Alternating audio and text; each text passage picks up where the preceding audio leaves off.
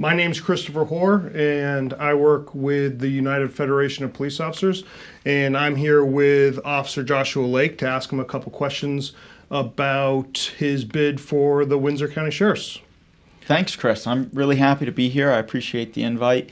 You know, it's a great opportunity for me to talk to the voters here in the Springfield area. So thanks for having me. Absolutely. The first question I have is, what experiences have prepared you to serve as the Windsor County Sheriff?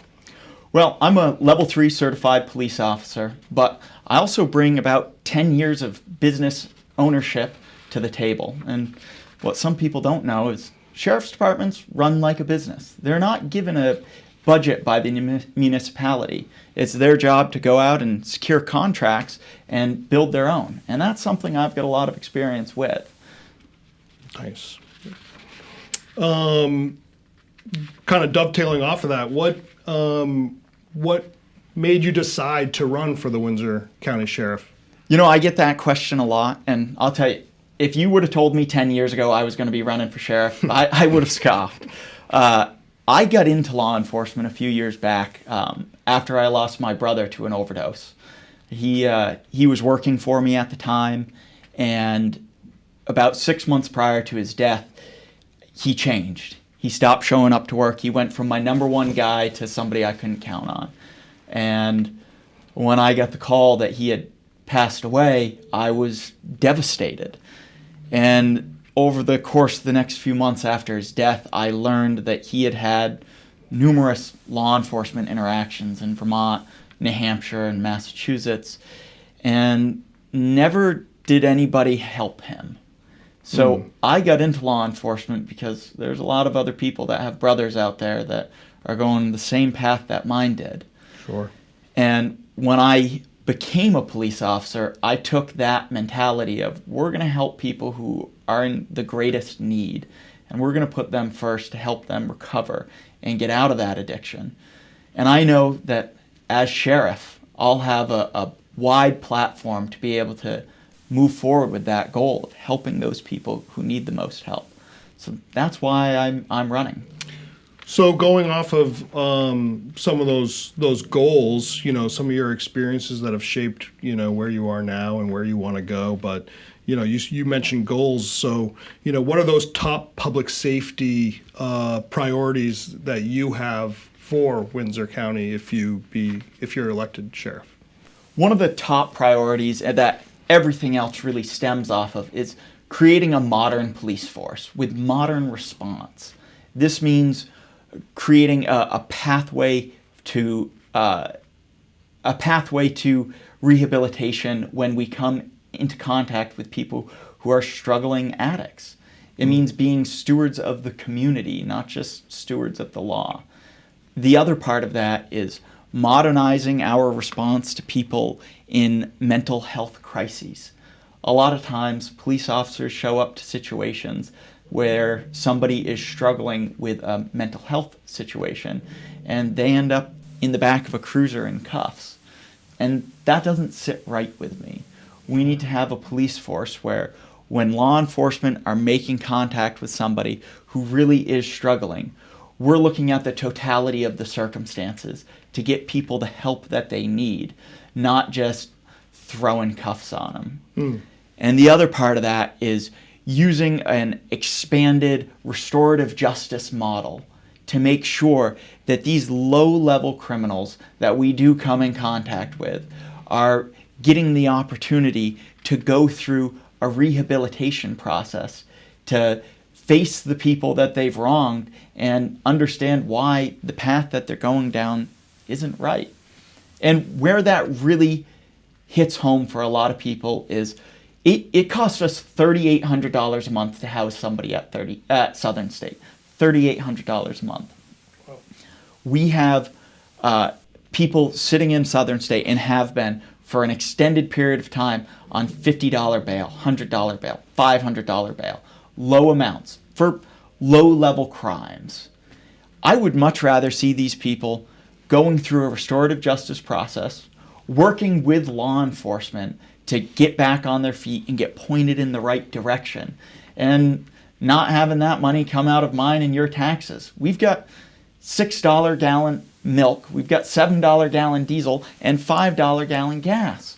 And it makes no sense to me we're spending $3,800 a month having people sit at Southern State on $50 bail. Yeah. When you're taking those priorities, how do you plan on balancing, building, maintaining the public's trust in you to accomplish those? So I've outlined a plan. We call it our transparency initiative. And it starts day one. Actually, I'd say it started now. As I go around to these communities and I talk about what my plan is and what's going to happen when I'm elected sheriff, it's a series of community forums where everybody is welcome to come to the table and say, hey, these are the issues we've been experiencing. This is what we want to see done about it. It's also an opportunity for problem areas, people who have neighbors who are increasingly concerning to them about what they may or may not be doing, to come forward and say, hey, this is going on and I'm worried. It also gives me the opportunity to look at what's happening on the ground level. So the Sheriff's Department right now servicing about 13 communities. It's a great opportunity to host these forums, to go in and say, hey, here's the problem. What are we going to do about it? That's how we start to rebuild the trust, having an open and direct line to the sheriff. The flip side of that is weekly progress reports. Hey, this is what we're doing in your community. This is the enforcement action that's been taken. More than just individualized press releases. One sheet that can be published and distributed widely so people know this is how many traffic stops were conducted this past week. It's how much time officers spent in your community. This is what we're doing. To expand more on the rebuilding trust, I want to publish all of our body camera footage. Obviously, some of it will have to be redacted, and this footage related to ongoing investigations may take a while to get out. But we need to know that the public has trust in us. And that's done by showing them our cards. Hey, here's everything we've been doing. There's no question about what happened here. You can see it with your own two eyes. Mm-hmm. And that's really important to me. So going off of some of those new initiatives, you just kind of referenced, are there any other community-based initiatives that you would implement to improve public safety in Windsor County and possibly even beyond that? Absolutely. I've been attending the Project Action meetings that happen right here in Springfield.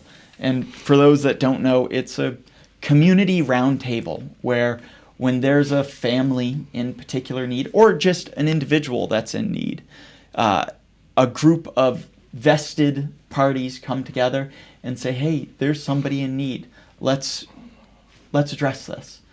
And I think that's a program that, if it existed on a county-wide level, could greatly reduce our at-risk families.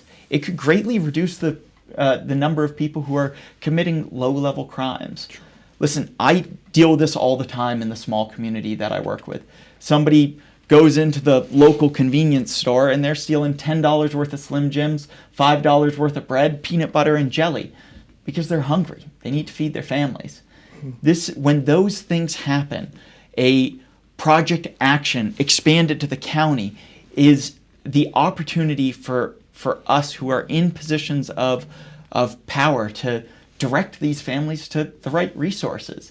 Hey, we've got food shelves that some people may not know they qualify for. Recently, I was up in Bethel, and when I was up there, we discovered that families making between $65,000 and $85,000 were at risk for food insecurities. That's a lot of money that people are making for them to still be at risk. These are people who may not know that the food shelf is open to them. And this is the same demographic of families that we're seeing starting to commit these petty crimes because they don't know what else to do. Mm-hmm. That's the type of community involvement that we need to make sure those families are getting the resources that they need. So when these small petty crimes happen, or even before they happen, we see food insecurities, we can come to somebody as a police officer and say, hey, there's other resources out there. When somebody's late on their rent and they're going to get evicted, we can go to them and show them alternatives to getting back on their feet. Bringing solutions. Absolutely. Yep. It's a solutions-based approach to problems that every family in Vermont is experiencing in one way or another. Mm-hmm. So speaking of stakeholders and needing those people's buy-in, near and dear to me, I would say is how would you support and retain your department employees? Staffing, recruitment, retention is a major issue facing law enforcement, nationwide, not just Vermont. Yeah, that's a great question. I came into law enforcement when it was at an all-time low of recruitment. You hear stories of the way recruitment in law enforcement was, and they would have to turn people away at the door and say, hey, sorry, we're fill up. It's a much different story now. My plan is to bring the staff to the table and say, hey, what do you guys need? And really focus on what creates an environment for them that makes them want to stay. Something that I'm really proud of is I'm a labor leader in my local department. And I've created union contracts that incentivize stay through retention bonuses, but also through increased wellness opportunity. We negotiated a contract where a municipality pays for my gym membership. And physical fitness is an essential part to law enforcement and to law enforcement mental health. I stay and have stayed at the police department I'm at because we have these incentives to do so. Additionally, we have physical fitness incentives. Hey, if you can meet X standards, you're going to get a $500 check in yearly with your paycheck. That's a big bonus, and that I think really helps cops want to stick around. Beyond that, I hope and I would encourage us to become the first sheriff's department in the state to be represented by a union. Obviously, that's up to the employees to move forward with and decide to do, but I'm the only sheriff out there, or sheriff candidate at this point, who's saying we need to do this. It's good for the employees. It's good to have a bargaining unit that can say, hey, we need fair labor and wage standards. We know right now the sheriff's department pays less than what the average police department does in the League of Cities and Towns. We need to bump up those wages. When somebody comes to work at the Windsor County Sheriff's Department, they need to be proud of who they're representing. And they need to know they're getting paid a fair amount. Over the last few years, I've brought the police department that I work at to one of the lowest paid departments to now mid-range where a lot of other departments are sitting. And I'm really proud of that. And I want to see not just the Windsor County Sheriff's Department get there, but all departments in the state of Vermont get there. Beyond that, when we look at recruitment, it's time for the next generation of law enforcement to step up. We need to be going to college career fairs. We need to be recruiting social workers. We need to be recruiting history and political science graduates. We need to be recruiting people who are educated not just in criminal justice, but in a whole breadth of opportunities out there and disciplines out there to make sure that when somebody comes to work for us, they have a strong background in their own field that can be applied to law enforcement. Listen, I've got 2 degrees, one in history and one in political science. A lot of people ask me, how does that apply to law enforcement? And, well, it may not necessarily be essential that I can recite off British kings or when states were founded, but what those disciplines taught me was how to read, write, and analyze in a different way that other disciplines don't. And I think that's set me apart from a lot of other people who have different backgrounds. As a business owner, I was often asked, how does your degree help you in business. You got a degree in history and political science. And I'd give them the same answer. I can read, I can write, and I can analyze and think critically in ways that a lot of other people can't, because I have such a unique perspective given my educational background. So when we are going out and recruiting, we're recruiting the next generation of cops. We're looking at people who are educated, who pride physical fitness and mental health beyond all else. I don't think there's many questions out there, people, but I'm a millennial. Millennials have a new and different approach than other generations did. And you take this combination of creating a department that has a strong foundation in retention, in mental health, in physical fitness, and you bring in the next generation of millennials and say, hey, you want to be a cop, you have a background in social work, that's great. We have a county that is crippled by mental health and addiction crisis right now. Let's gloves are off, let's get to work. Mm-hmm. We take those individuals who are interested in doing real work with these ground level work with these people who are struggling. We say, hey, here's the standards to become a cop. Let's get you in a uniform and a badge, get you trained, put you through FTO, and get you so you can stand on your own 2 feet. And we can make a difference by having these educated individuals out there who want to do this work, have passion for this work, and getting them started. Yeah, that's interesting, because there's a lot of people out there who acknowledge a problem, but, they're not jumping to the front lines to step in and do that work. So it's important that they do. Yeah, and I think acknowledging that there is a problem is the first step to us finding a solution.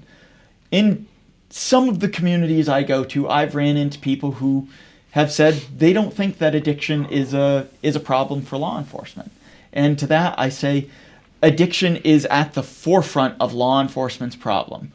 We shouldn't be fighting the addict, we should be fighting the disease. And we do that by helping these people who are struggling with addiction get the resources that they need. So many times I've came across somebody who's told me they're an addict. They don't want to be an addict anymore. Some officers walk away from that person and say, hey, good luck. Not me. And that's not the department that I want to foster. When somebody comes to me and says, I'm an addict and I need help, I say, okay, let's get you help. If that means we need to get them up to Valley Vista so they can get into a program up there, one of the biggest barriers that I see people running into is, hey, I want to get into Valley Vista, but I don't have a cell phone. Great, here's my phone. Let's start this process. You need a cell phone, you need a phone to use. Our police department is open from this hour to this hour these days of the week. These are the days that I work. Come sit in our lobby. We'll get you on the phone. Hey, I don't have a ride up there. You need a ride up there? Great, these are the days that I work. If you need a ride up there on a day that I'm not working, I'll give you a ride up there. We'll get you up there one way or another. If somebody's not ready to make that commitment to Valley Vista for a 2-week program, there's day programs. Hey, you need a ride over to Keene or Claremont. You need to get someplace. We'll coordinate that. Maybe it's not law enforcement who does it. Maybe we're just the nexus point where we find you another vested member of the community who wants to see that same change. We'll get you a ride. We'll make sure that the barriers that stand between you and getting rid and getting clean of your addiction are gone. The other thing, and this is the big one, law enforcement have this great opportunity of being able to connect business owners with people who need jobs. And a lot of the people we come in contact with are in this early or mid stage of addiction recovery. And something I've done, and I'm really proud of the fact I've been able to do this, is I've brought people who are in these early and mid stages of recovery to employers. And it's not my job to share their recovery story, but it is my job to say, hey, here's somebody who wants to do better. And I think that your philosophy and their philosophy on working through these problems are very similar. Here's a name, here's a number. Why don't you guys talk? And I've helped these people get on their feet and get jobs. So when you talk about getting your hands dirty and solving this problem, I'm doing it. Mm-hmm. And I want not just me, I want 30 of me out there in Windsor County doing this. And I want to be able to make that difference one person at a time. Like I said before, there's a real economic incentive to making sure people stay out of trouble. There's a $3,800 a month at Southern State stay incentive to making sure that when people are in real need, they're getting the help that they need to become contributing members of society. That's great. I think another piece to this too is, when if you become the Windsor County Sheriff, how do you plan on holding those people that you bring in, those other versions of you, if you will, to accountable to their job, and again adding to the transparency to the Windsor County? That's a great question. In this age of law enforcement, with the hype in the media about law enforcement background and what the thin blue line movement, how do we make sure cops are held accountable? I think this is a very difficult question, but one that I think if we build a solid plan and hold ourselves to it, we can rebuild not just public's trust, but show that we as law enforcement leaders are holding our own accountable.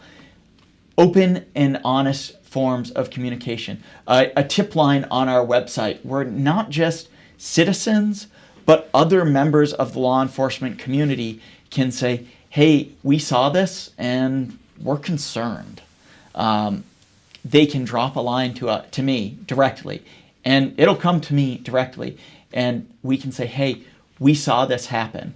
For citizens, if they want to be able to come forth anonymously and say, this is what's going on, we've seen this happen, we dealt with officer so-and-so or deputy so-and-so, and we're concerned, this is their opportunity to come to somebody and say, this happened.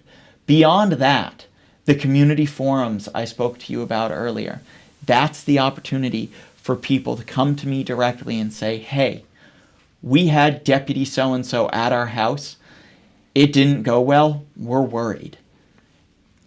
That is somebody's direct line to the sheriff's office to say, this isn't right. And that's my opportunity and my cue to look into what's going on. The next step of that is very similar and on a model with the Vermont State Police. When we get these complaints, we're going to publish the results of them. If action is taken, the public has a right to know what's going on. And they have a right to know what actions we took as a department on that officer. I think that the Vermont State Police model of quarterly reporting is very important. And I think that's an opportunity for the public to see we're taking this seriously. And obviously, if no action is taken, we're going to make it known no action was taken. The next step of this is body camera footage. We want to make sure that body camera footage is readily accessible to the public and other officers so they know we're looking into this. Here's what this is. Here's what happened. There's no question in anybody's mind what happened. And we're going to conduct a thorough investigation beyond just the body camera footage to make sure that the officers who are working this know we're doing our due diligence too. I think that really goes back to recruitment and retention as well. When something happens, cops want to know that they have a first line of defense, so when they're being questioned by their boss, they're represented. That's why I encourage unions, because they need to be represented and they need equal treatment and they need to know that nobody's out to get anybody. It's just about understanding the truth. Great. Thank you. So why should voters choose you? I have a new approach to law enforcement. You know, we've been doing, well, some have been doing the same thing for the last 40 years, and there's no change in our communities. Writing tickets is a huge part of a lot of the old guard's philosophy on law enforcement. I look at writing out punitive punishments to the soccer mom who's driving a $300 car and getting $600 worth of tickets as punitive forms of punishment in law enforcement. I look at the way we have cited and released the same individuals with no different outcome over the last decade as the greatest example of Einstein's definition of insanity that we have in modern practice. Doing the same thing over and over again. It just doesn't work. My model of policing, the restorative justice and rehabilitation model of policing, it works. And if we had more of me out there doing it, more of me making sure that the people we're coming into contact with who want help, who need help, get the help that they deserve. I have a great example of this. A couple weeks ago, my wife and I were at the Windsor winter dinner, their chili cook-off festival that was held at the Windsor Fairgrounds. I was walking around introducing myself to voters, and I had somebody call my name out, Lake. And I turned, and there they were, and I hadn't seen them in 2 years. And they came up to me, and they asked me, "Do you remember who I am?" And I vaguely did. It'd been 2 years. And they said, you arrested me a couple of years ago. And I want to thank you. And I reached out, and I shook their hand, and they reminded me of their name and the circumstances. And 2 years prior, I had helped them get the help that they needed. I had pointed them on the right path to addiction recovery. I had pointed them on the right path to getting what they needed to become contributing members of society. I had helped them by connecting them with a local business owner, get a job, and they were then able to introduce me to their wife, who they'd since met, and their children, who, when I met them 2 years ago, were in DCF custody, and now we're living at home with mom and dad. He told me for the first time in his life, 32 years old, he was a taxpayer, and he was really excited to pay his taxes because he got to show that he was a real member of society. He told me that he was a crew leader at his job, that he had people that reported to him. Some of those people were addicts, and he took what I did for him and helped those addicts start their process and their journey of getting clean. He told me that he had never had an interaction with a police officer that ended that way. And he reminded me that 2 years ago, he shook my hand at the end of it. And I thought of my brother. I thought of all of his interactions that he had with police, with members of the community who just brushed him off because he was using drugs. And I really had hoped somebody had done that for my brother, but I had done that for this guy. And I've done that for a lot of other people. So when you ask me why people should vote for me, it's because someday that could be your brother. That could be your sister. And you want a police officer, you want a cop, you want a sheriff, you want somebody to show up and treat them with the dignity and respect that they deserve. Hold them accountable, but also put them on the right path to getting the resources they need so they can become a contributing member of society. It's always good seeing those success stories, come full circle, for sure. But my last question is where can residents meet and hear from you in the next coming weeks? That's a great question. I've been going to every community event between Chester and to Bethel, between Springfield and Hartford, that I can. You're likely to see me at one of those community events. Beyond that, I'm very active on social media. We've got a Facebook page that's very simply Lake for Sheriff. But we also have a website that's equally named lakeforsheriff.com. And I've got a blog on there where I've produced several full-length articles that outline my plan and my response to these communities that are under stress. My plan for responding to people who are dealing with a mental health crisis is on there. My plan that I've outlined similarly here to responding to the addiction problem is outlined on there. Also, my plan for revitalizing community policing is on there, and how we modernize policing in Windsor County is on there. So any of those online platforms are a great way for people to learn more about me, as well as if you see me out and about in the community, stop and say hi. I'm certainly going to try and introduce myself to you. If you beat me to it, I'll all the more happy. Any more questions, Chris? No, I think this has been really informative for me. I hope it has been for all of you. And yeah, that's all I have for today. Perfect. Thank you. Thanks so much, Chris. Absolutely. Thank you. Yeah.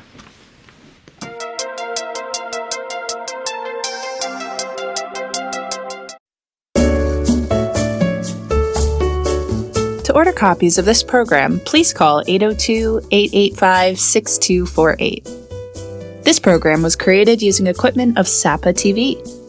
The views and opinions expressed in this video are not necessarily those of SAPA TV or its staff. Visit us online at www.sapatv.org. Thanks for watching.